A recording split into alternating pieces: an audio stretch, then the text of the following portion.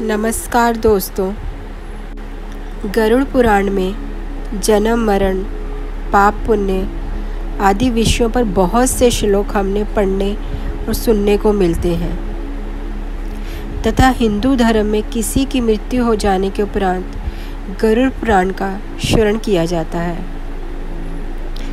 वहीं गरुड़ पुराण में इस बात की चर्चा भी की गई है कि मृत्यु के बाद जिस आत्मा या जीव को फिर से धरती पर जन्म लेना पड़ता है, वो आत्मा माँ के पेट में कैसे प्रवेश करती है और फिर 9 महीनों तक उस आत्मा के साथ गर्भ में क्या क्या होता है। अपने कर्मों के अनुसार मनुष्य परलोक जाता है। अगर उसके कर्म अच्छे हुए तो वह यमलोक जाने से बच जाता है और अगर उसके कर्म अच्छे नहीं हुए तो उसे यमलोक जाना ही पड़ता है। यमलोक में जीवात्मा को यमराज द्वारा दिए गए कठोर दंड को भुगतना ही पड़ता है। यमराज से सजा पाने के बाद जीवात्मा को फिर से नया शरीर मिलता है और उसके बाद माता के गर्भ में आकर फिर कष्ट भोगना पड़ता है। गरुड़ पुराण के अलावा कई ग्रंथों में इसका जिक्र किया गया है कि किस प्रकार जीवात्मा को माँ के गर्भ में बहुत से कष्ट झेलने पड़ते हैं। मृत्यु लोक में आने के बाद जीव माता के गर्भ में और यमलोक को उसके साथ जो भी हुआ सभी को भूलकर माता और परिवार के बंधन में बंध जाता है। जब बच्चा माता के गर्भ में रहता है तो ब्रह्मलीन अवस्था में रहता है और निरंतर ध्यान करता रहता है। माता के गर्भ में 9 महीने रहने के दौरान बच्चे की आत्मा परम पिता की ज्योति का ध्यान करती रहती है और वह परमानंद की स्थिति में रहता है। इसी कारण जन्म के तुरंत बाद बच्चे को जोर से चांटा मारा जाता है ताकि उसे इस ध्यान की नींद से उठाया जा सके, जिससे बच्चे के शरीर की आत्मा का ध्यान टूट जाता है और बच्चा जैसे ही आंखें खोलता है तो उस बच्चे की आत्मा इस संसार को देखती है और इसी के साथ वह बच्चा फिर से अच्छे और बुरे कर्म करने लग जाता है। लेकिन जन्म के तुरंत बाद बच्चा रोता ज़रूर है। जब जीव माँ के गर्भ में प्रवेश करता है तब वह सूक्ष्म रूप में होता है। फिर 10 दिन के बाद वह बद्री फल यानी बेर के समान कठोर होता है और उसके बाद अंडे का आकार लेता है। सबसे पहले भूरण का मस्तिष्क बनना शुरू होता है। 1 महीने में जीव का मस्तिष्क बनता है और दूसरे महीने में जीव की भुजा आदि अंगों की रचना होती है। तीसरे महीने में हड्डी, नाखून, चर्म, रोम, लिंग और 10 द्वार के छिद्र निर्मित होते हैं। चौथे महीने में त्वचा, मांस, रुधिर, मेद, मज्जा और अस्थि की उत्पत्ति होती है और 5वें महीने में बच्चे को भूख और प्यास आदि लगने लगती है।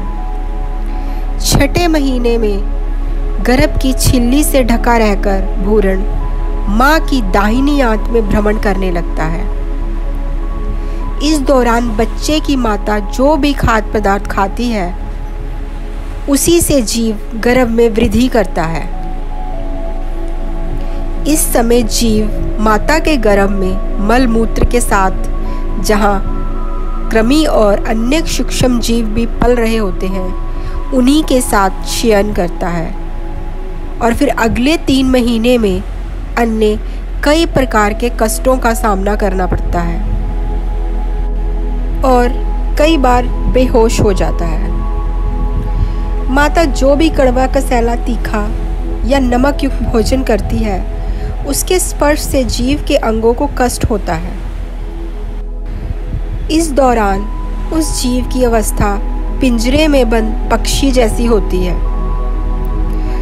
जीव के पैर ऊपर और सिर नीचे की ओर रहता है।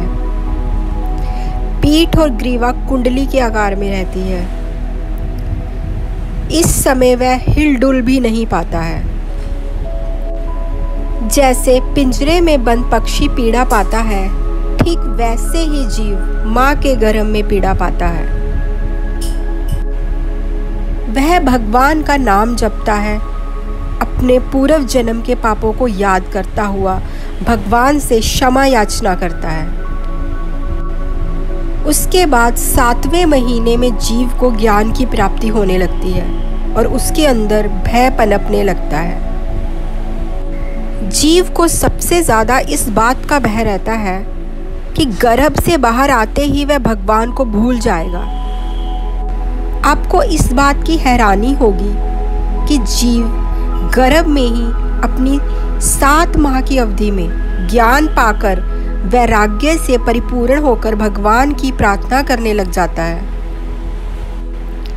भगवान से उनके चरणों में शरण पाने की विनती करता है। लेकिन जैसे ही जीव को धरती की वायु छूती है, जीव वैसे ही फिर से माया के मोह में उलझ जाता है। अपनी जिंदगी में इंसान जैसा कर्म करता है, मौत के समय उसकी आत्मा भी कर्मों के हिसाब से शरीर के इन भागों से निकलती है। जैसे कि अच्छी आत्माएं सिर के तलवे से निकलती हैं और वही बुरी आत्माएं गुप्त अंगों से निकलती है, जिससे उन्हें बेहद कष्ट होता है। सात्विक आत्माओं को देवदूतों का समूह अपने संग स्वर्ग लेकर जाता है, वहीं बुरी आत्माओं को यमदूत बंधनों में बांधकर यमलोक। लेकिन शवदाह से पहले आत्मा को दोबारा पृथ्वीलोक में लाया जाता है और उसे उसका अंतिम संस्कार दिखाया जाता है। इस दौरान आत्मा उस शरीर में दोबारा प्रवेश करने के लिए छटपटाती रहती है, लेकिन बंधनों में जकड़े रहने के चलते वह ऐसा कर पाने में असमर्थ रहती है। गर्भ के 3 माह बाद से लेकर जन्म के क्षण तक कभी भी आत्मा का प्रवेश हो सकता है। औसत 6 माह समझ लें।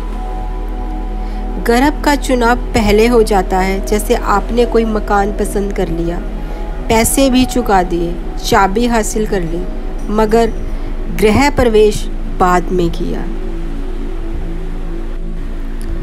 वेद पुराण और गीता अनुसार आत्मा अजय और अमर है।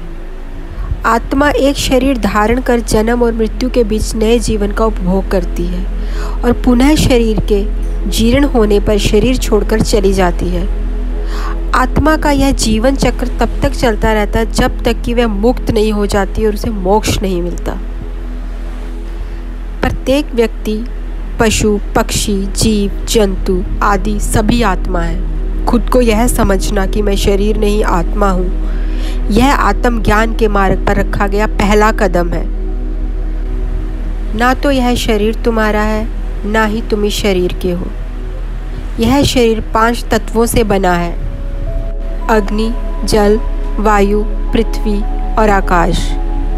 एक दिन यह शरीर इन्हीं 5 तत्वों में मलीन हो जाएगा।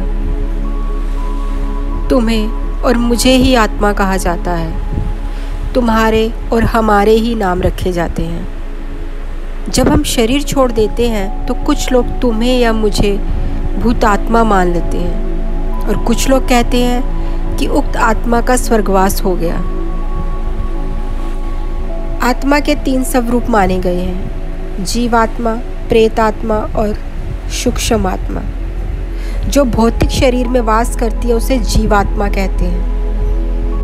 जब इस जीवात्मा का वासना और कामना में शरीर में निवास होता है तब उसे प्रेत आत्मा कहते हैं। और जब यह आत्मा सूक्ष्मतम शरीर में प्रवेश करती है तो उसे सूक्ष्म आत्मा कहते हैं।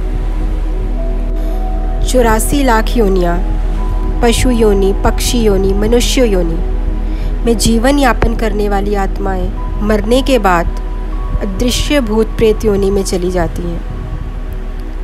आत्मा के प्रत्येक जन्म द्वारा प्राप्त जीव रूप को योनि कहते हैं। ऐसी 84 लाख योनियाँ हैं जिसमें कीट, पतंगे, पशु, पक्षी, वृक्ष और मानव आदि भी शामिल हैं। हिंदू धर्म की मान्यता के अनुसार जीवात्मा 84 लाख योनियों में भटकने के बाद मनुष्य जन्म पाती है। 84 लाख योनियां इस प्रकार हैं: पेड़ पौधे 30 लाख, कीड़े मकोड़े 27 लाख, पक्षी 14 लाख, पानी के जीव जंतु 9 लाख, देवता मनुष्य पशु 4 लाख। इसी प्रकार कुल योनियां 84 लाख बनती हैं।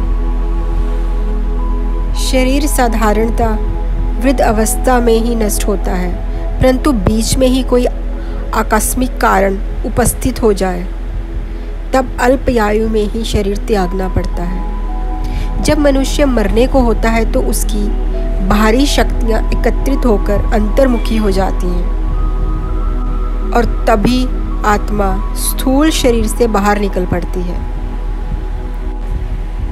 इसी तरह ये जीवन चक्कर निरंतर चलता रहता है।